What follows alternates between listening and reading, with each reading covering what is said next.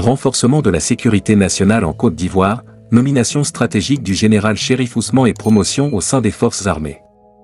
Bienvenue sur Génération Consciente Africaine, votre source d'informations fiable et engagée.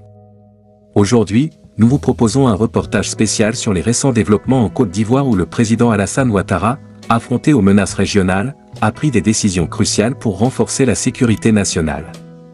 Les détails à suivre dans cette vidéo, mais avant d'entrer en profondeur dans le vif du sujet, nous vous invitons à aimer la vidéo à la fin si elle vous a plu, à vous abonner si vous êtes nouveau sur la chaîne et surtout d'activer la cloche de notification pour être sûr d'être toujours informé des informations à la une dans le pays. Si cela est déjà fait, on peut commencer. Le président de la République, Alassane Ouattara, sur proposition du ministre d'État, ministre de la Défense, a nommé ce samedi 30 décembre 2023 le général de brigade Chérif Ousmane en tant que chef d'état-major de l'armée de terre. Il prendra fonction à partir du 1er janvier 2024. Cette décision intervient dans un contexte régional tendu, marqué par des coups d'État dans plusieurs pays de la sous-région. Le choix du général Chérif Ousmane pour ce rôle stratégique ne peut être ignoré dans le climat actuel. La Côte d'Ivoire se positionne comme un rempart contre les instabilités politiques et militaires qui ont secoué la région. Les récentes prises de pouvoir pour les régimes militaires au Mali et au Burkina Faso ont suscité des inquiétudes quant à la stabilité régionale. La nomination de Chérif Ousmane, ancien proche de Guillaume Soro, pourrait être perçue comme un signal fort envoyé par le président Ouattara, soulignant la nécessité de renforcer la loyauté au sein des forces armées. Face aux défis posés par les récents changements politiques dans la sous-région, la nomination de Chérif Ousmane visait à renforcer la stabilité intérieure et à prévenir toute tentative de déstabilisation. En tant que chef d'état-major de l'armée de terre, Chérif Ousmane sera chargé de coordonner les opérations militaires et de garantir la sécurité nationale. De plus, le président Alassane Ouattara a émis un décret ce jeudi 28 décembre 2023 promouvant 4 nouveaux généraux. Le décret numéroté 2023-1045, et daté du 28 décembre 2023, détaille ces nominations importantes, reflétant un mouvement stratégique au sein de la direction militaire nationale. Décret numéro 2023-1045 du 28 décembre 2023, portant promotion au grade de général de brigade d'officier supérieur des forces armées de Côte d'Ivoire. Le président de la République, sur rapport du ministre d'État, ministre de la Défense, vu la Constitution, décrète, article 1 sont promus au grade de général de brigade à compter du 1er janvier 2024 les officiers supérieurs dont les noms suivent, a fait savoir le président de la République dans un décret le jeudi 28 décembre 2023. Parmi les officiers récemment élevés à ce grade éminent, on compte le colonel-major M. Jean-Christophe et le colonel-major Théophile Bilopo à Toussaint du côté de l'armée, ainsi que le colonel-major Edji Georges et le colonel-major Konizounan du côté de la gendarmerie nationale. Cette approche démontre la reconnaissance et la valorisation du mérite et de l'expérience au sein des différentes branches des forces armées. Les promotions prendront effet à partir du 1er janvier 2024, selon l'article 2 du décret. Les nouveaux généraux auront droit à des indemnités et avantages conformes à la réglementation en vigueur. Cette mesure reconnaît non seulement leur contribution, mais garantit également qu'ils bénéficient des privilèges correspondant à leur nouveau statut. L'article 3 confie au ministre d'État, ministre de la Défense, la responsabilité de l'exécution du décret. Cela englobe la supervision de la mise en œuvre des promotions et des droits afférents pour les généraux nommés. Le décret précise en outre que la publication officielle se fera dans le journal officiel de la République de Côte d'Ivoire. Ces nominations stratégiques revêtent une importance particulière pour le paysage militaire de la Côte d'Ivoire.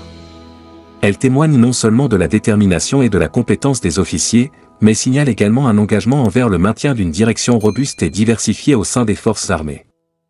Les promotions s'inscrivent dans la vision du président Ouattara pour une force de défense forte et capable, prête à faire face aux défis en constante évolution auxquels le pays est confronté. À l'approche de la nouvelle année, l'impact de ces nominations sur la sécurité nationale et les opérations militaires sera sans aucun doute étroitement surveillé. Restez informés en vous abonnant à Génération Consciente Africaine, votre source d'actualité impartiale et essentielle. Très grave, vraiment, encore une fois de plus du côté du Mali et du Niger. En ce jour, les cieux semblent s'assombrir au-dessus des relations entre l'Algérie et le Mali alors que les deux pays se disputent l'avenir sécuritaire du nord du Mali.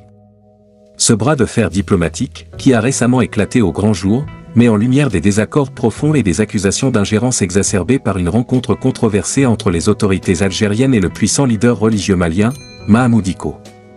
Alors que les tensions couvaient depuis des semaines, les relations entre Alger et Bamako ont atteint un point de non-retour le 20 décembre dernier.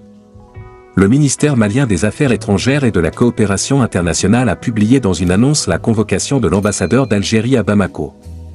Les reproches sont clairs, actes inamicaux et ingérence de la part de l'Algérie dans les affaires internes du Mali, en particulier dans le contexte du processus de paix en cours. Le communiqué malien souligne que les rencontres récurrentes en Algérie impliquant des personnalités connues pour leur hostilité envers le gouvernement malien, ainsi que des groupes signataires de l'accord pour la paix et la réconciliation, ont été organisées sans aucune information préalable ou implication des autorités maliennes. Cette situation est jugée préjudiciable aux relations bilatérales entre les deux pays. 2 jours après cette annonce, le 22 décembre, les autorités de transition au Mali ont rappelé leur ambassadeur en poste à Alger, signe d'une détérioration rapide des relations diplomatiques entre les deux pays voisins. De nombreux observateurs ont rapidement fait le lien entre cette escalade diplomatique et l'audience accordée par le président algérien, Abdelmadjid Tebboune, au leader religieux Mahamoud Dicko, le 19 décembre. Ce religieux influx est devenu une figure centrale de la scène politique malienne, mais sa relation avec la transition au pouvoir est devenue tendue en raison des divergences sur le déroulement de la transition.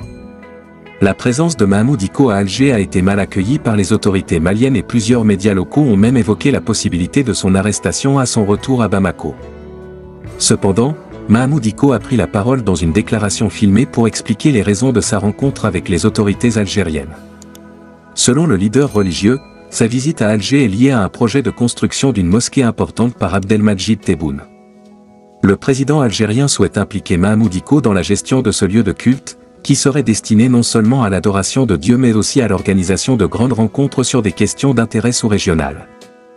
L'imam a également précisé qu'il avait été sollicité de la même manière que les autorités de transition par le président algérien. Il a participé à des discussions visant à apaiser les tensions entre les autorités de la transition malienne et les groupes armés signataires de l'accord pour la paix et la réconciliation issu du processus d'Alger. L'objectif de cette discussion est de favoriser une résolution pacifique des conflits.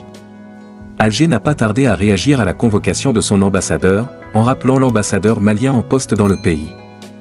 Le communiqué issu de cette rencontre a indiqué que les réunions récentes avec les chefs des mouvements signataires de l'accord de paix étaient conformes au texte et à l'esprit de cet accord. L'Algérie a exprimé le souhait que le gouvernement malien réaffirme son engagement envers la mise en œuvre de l'accord. N'oubliez pas de liker cette vidéo, de vous abonner si vous êtes nouveau sur la chaîne, et d'activer la cloche de notification pour ne manquer aucune mise à jour.